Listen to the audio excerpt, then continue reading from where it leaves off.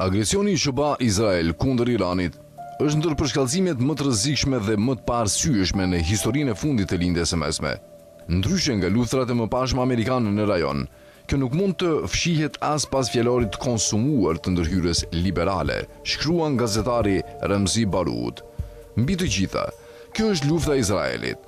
Është Izraeli ai që ka motivin më të qartë, dëshpërimin më të madh dhe nevojën më të fortë politike për ta zgjeruar fushbetejën. Pas muajsh gjenocidi në Gaza, imazhi i Izraelit është shkatruar në pjesën më të madhe të botës, edhe atje ku qeveritë perëndimore vazhduan ta mbrojnë diplomatikisht, lufta ekspozoi kufijtë e fuqisë izraelite. Izraeli tregoi një kapacitet të madh për shkatrim, por shumë pak aftësi për ta kthyer këtë shkatrim në përfitim strategjik afatgjat. Gaza nuk u dorëzua. Hezbollahu sulmua vazhdimisht, përfshir edhe në përballjen më të fundit dhe ende në vazhdim, por nuk u mposht. Huthit në Yemen gjithashtu mbetën të aftë të projektojnë forcë dhe të prishin llogaritë strategjike në rajon. Imazhi që Izraeli kishte kultivuar për dekada si një gjigant ushtarak i paprekshëm është goditur, ndoshta historikisht, Shtetet e Bashkuara i kanë justifikuar luftrat e tyre rajonale përmes narrativave të prodhuara me kujdes. Administrata Trump në veçanti ka treguar pak interes për të mbështjellë agresionin ushtarak me gjuhën e vlerave.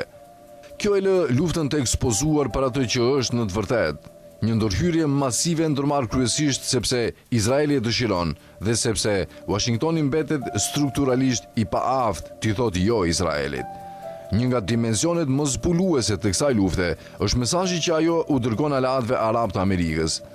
Për dekada, Shtetet e Gjirit kanë pranuar arkitekturën e dominimit ushtarak amerikan me bindjen se Washingtoni do të garantonte sigurinë e tyre.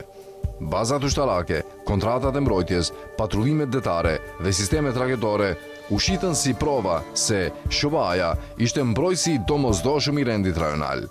Por ky rend ishte gjithmonë selektiv. Ai nuk u ndërtua kurrë mbi sovranitetin arab, por mbi supremacinë izraelite dhe fitimin amerikan, shkruan Baroud.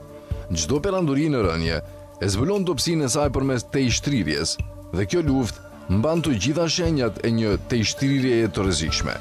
Rusia përfiton kur Washingtoni detyron të ndajë fokusin ushtarak, energjinë diplomatike dhe burimet financiare në shumë fronte. Sa më shumë që SBA-ja të tërhiqet në lindjen e mesme, aq më e vështirë bëhet të ruhet presioni mbi Moskën në Ukrainë dhe më gjerë. Rritja e çmimeve të energjisë gjithashtu favorizon eksportet ruse. Fitimet e Kinës mund të jenë edhe më të rëndësishme. Pekini ka kaluar vite duke ndërtuar ndikim përmes tregtisë, partneriteteve energjetike, infrastrukturës dhe diplomacisë, jo përmes luftës së përhershme.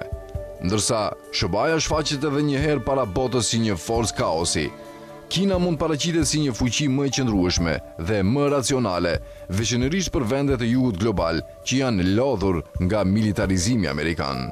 Një luftë e zgjatur kërcënon gjithashtu mjedisin ndërkombëtar që Washingtoni ka nevojë për të përqendruar në frenimin e Kinës, shkruan Baroud. Në vend që të ngushtojë agjendën strategjike, SBA-ja po zgjeron atë në mënyrë katastrofike. Në vend që t'i izoloj rivalet e saj, po u krijon atyre mundësi. Rusia fiton hapësirë, Kina fiton rëndësi, ndërkaq që Amerika fiton një tjetër luftë pa një dalje të qartë dhe pa një qëllim të qartë. Kjo mund të jetë ironia qendrore e këtij agresioni. Një luftë e nisur për të forcuar dominimin mund të përfundojë duke përshpejtuar rënien.